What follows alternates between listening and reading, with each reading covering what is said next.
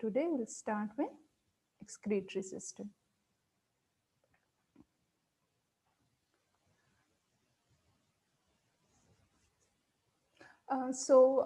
Anyone can tell me what is the function of excretory system, or what does mean the excretory system in general?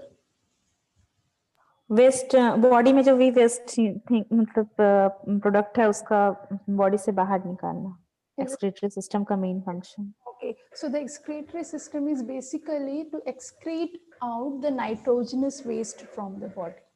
Okay, particularly this is a system which is made up of an organ and the tissues and the organ which function together to remove the nitrogenous waste. Okay, if I'm talking about excretory system, then you have to remember it nitrogenous waste, because the CO2 is also a metabolic byproduct. The nitrogenous waste in the animal body is a byproduct of a metabolic reactions. Okay, so the byproduct of the metabolic reaction can be CO2 also. Okay, but the removal of the CO2 from the body comes under the gaseous exchange or the respiratory system, is it?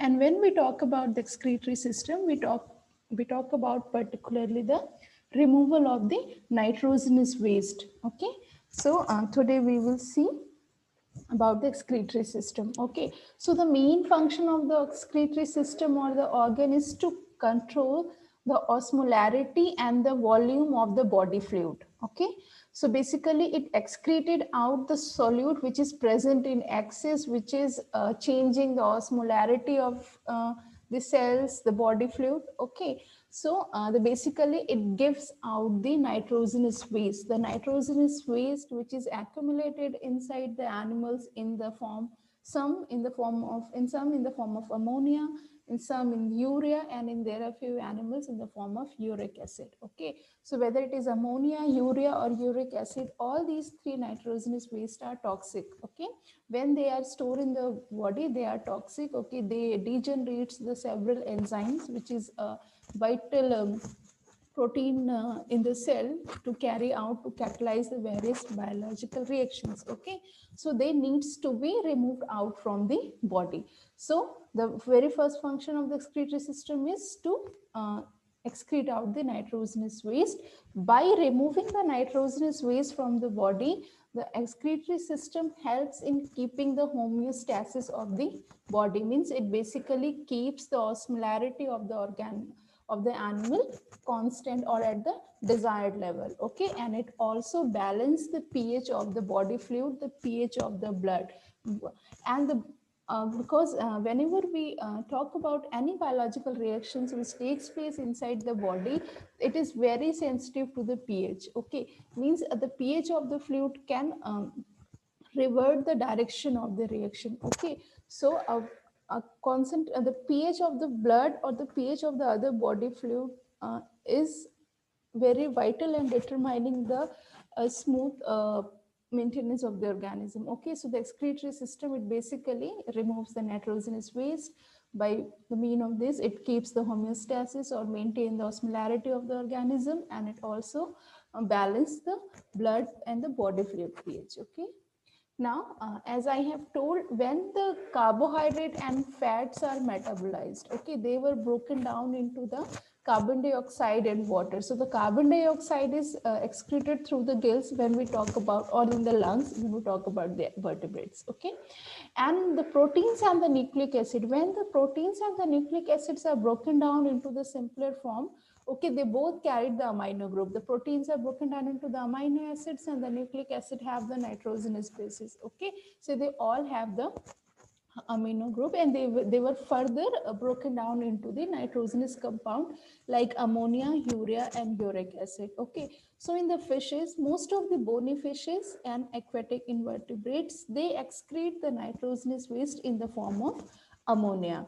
and the mammals, most of the amphibians and the cartilaginous fishes, okay, they excrete the nitrogenous waste in the form of urea, and the birds, insects, and reptiles, they excrete the nitrogenous waste in the form of uric acid. Okay, so the animal which excrete the nitrogenous waste in the form of ammonia are known as a monotelic animal. So basically the bony fishes are monotelic animals. Then the animal which secretes the urea, they are known as ureotelic animals, like mammals, like the human. Then the cartilaginous fishes and most of the amphibians, they are ureotelic. They excrete the urea as a nitrogenous waste. Then the animals which excrete the uric acid, they are known as the uricotelic animals, like birds, insects, and reptiles. Now here we see compare the three nitrogenous waste products, okay, in the animal group, like the ammonia, urea, and uric acid. So whenever we talk about the toxicity of the nitrogenous waste, the ammonia have the highest toxicity and the uric acid have the lowest. Okay, so when an animal need to excrete the nitrogenous waste in the form of ammonia, it requires a high amount of water, then a medium amount of water in case of urea, and the low amount of water in case of uric acid. And the energy which is required to spend, okay, which is spent for excretion of the nitrogenous waste for ammonia is the lowest, and for the uric acid is highest. So the fishes, as I have told, most of the bony fishes, they are monotelic. Monotelic, why they are monotelic? Because they can afford the large amount of water, because they are in the water. Okay, so they can use high amount of water, and because and so they have the advantage of having the high amount of water, and by excreting the ammonia, the nitrogenous waste in the form of ammonia, they have to spend the low energy, okay, a less energy for excretion. So in the fishes and then amphibians, the ammonia is the preferred form of the means nitrogenous based excretory material.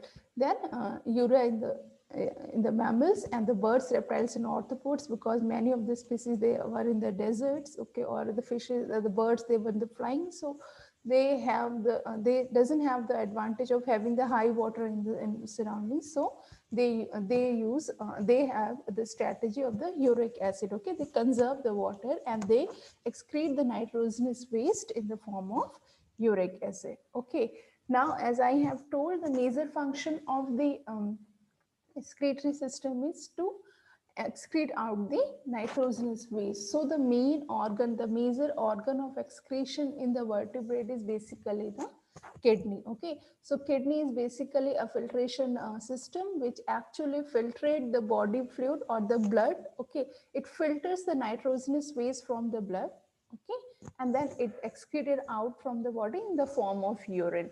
So basically there is three type of kidneys which are present in the vertebrates. That is the most primitive one is the pronephrotic kidney, and the most advanced one is the metanephrotic kidney. So there are three type of kidneys in the vertebrates: the pronephrotic kidney, the mesonephrotic kidney, and the metanephrotic kidney. So in the cartilaginous fishes, the adults have the pronephrotic kidney. The pronephrotic kidney is the simplest form of the kidney, where the blood is filtered in the glomerulus, and then it enters into the funnel which have the ciliated lining. Okay, so the sharks in the adult sharks or in the elasmobranchs, the type of kidney is most primitive type, pronephrotic type. And what is the mechanism? It filters the nitrogenous waste from the body fluid. In other type of kidney, what happens? They filters the nitrogenous waste from the blood. But here, because they simply filter the nitrogenous waste from the body cavity and excrete them out. Okay, then the second one is the mesonephrotic kidney. So the fishes, the teleost, the adult teleost fishes have the mesonephrotic kidney. The embryo of means during the embryonic stages in the adult fishes, bony fishes, they have the pronephrotic kidney, which is developed into the in adults, it develops into the mesonephrotic. Means during the embryonic stages, they have pronephrotic kidney, which is metamorphs and become the mesonephrotic kidney. The difference between the pro and mesonephrotic kidney, it filters the waste from the blood, not from the body cavity, and the excreted material in the form of urine, it goes out from the body via the tubes called as mesonephric duct or the Wolffian duct. Okay, so the mesonephrotic kidney is developed in the adult kidney, developed into the adult kidney in fishes and amphibians. Okay, and then the metanephrotic kidney, as I have told, this is the most advanced form of the kidney in the animals. So they are found in the reptile, birds, and mammals.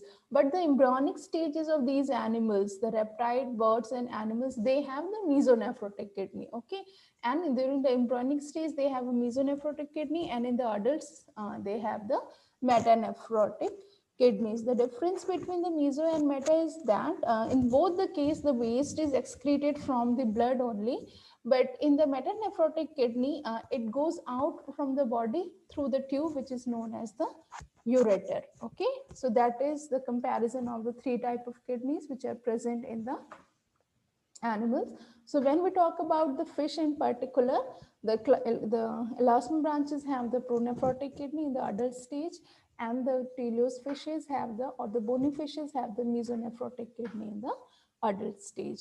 Now the excretory organ. So the chief excretory organ in the fishes is basically the kidney.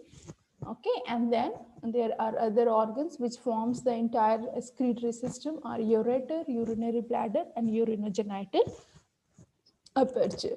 So kidney, it is composed of several tubules. Okay, the kidney tubules, which is also known as nephrons. So their number varies from 100 to the 10,000, and these nephrons are basically the structural and functional unit of kidney. Okay, and if we talk about the fishes, there is the fish kidney is divided into two parts, the head and the trunk. When you have the anatomy dissection, you must have visualized the kidney, this dark color structure, okay, which is running on the both side of the vertebrae. Here you can see that this one and this one, this is the kidney. Okay, the upper portion, this and this is the head kidney, and this one which is running along to the tail, this is the trunk kidney. Okay, so there is basically 5 type of kidney, okay, in the marine fishes, and there is 3 type of kidney as found in the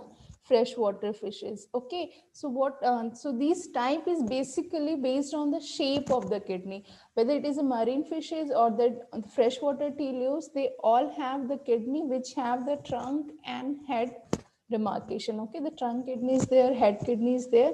The difference or this type is based on the difference in the shape of those kidneys. So here we can see that this is the type 1 kidney, this is type 2, type 3, type 4, and type 5. So these all type 5 are found in the marine teleost, and type 1, type 2, and type 3, they are found in the freshwater teleost. Okay. Now, the system, as I have told, there is a, when we are talking about the urinogenital system, means we are talking about the system, the reproductive and excretory system together. So this is the anatomy of the urinogenital system of the male teleost. Here you can see that this is the head kidney, and this one is the trunk kidney, which have a pair of the nephrotic duct, which opens into the, these two is open into the urinary bladder. And then here you can see that one thing, the sperm duct, okay, the sperm duct and the urinary bladder duct, they both open into a single pore.